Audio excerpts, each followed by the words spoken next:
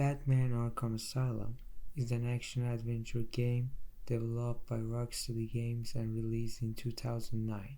In my opinion, this game uses three common narrative types, evoked, enacted, and embedded in an effective way to tell a powerful story centered around Batman. Now I'm going to dive deeper and explain my argument. Arkham Asylum uses evoked narrative because Batman is a pre-existing IP that most people know about. We are aware of the characters, the dark setting, and of course the tragedy that transformed young Bruce Wayne into Batman. But the aesthetics of this game are very different than every Batman game or movie that came before this.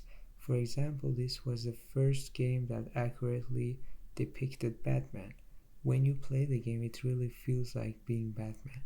This was achieved mainly by making the controls feel a bit heavy, but on the other hand, some elements are still the same. For example, the binary oppositions that are always present in the franchise. Things like comedy and tragedy, laugh and cry, etc. Another example is the fact that the game contains many gender stereotypes. This is evident by looking at the character designs of Harley Quinn, Poison Ivy, or even Batman himself, but I haven't seen any gender stereotypes in the game that are negative.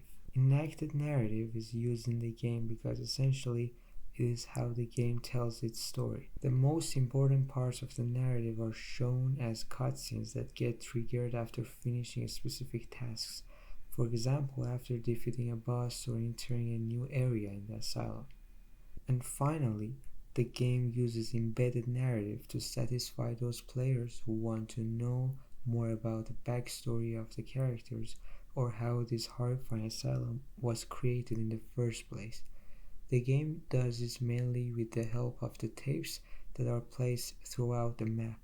There are also these objects called Spirit of Arkham that can give the players new information about the story behind the creation of Arkham Asylum, but first you need to scan them.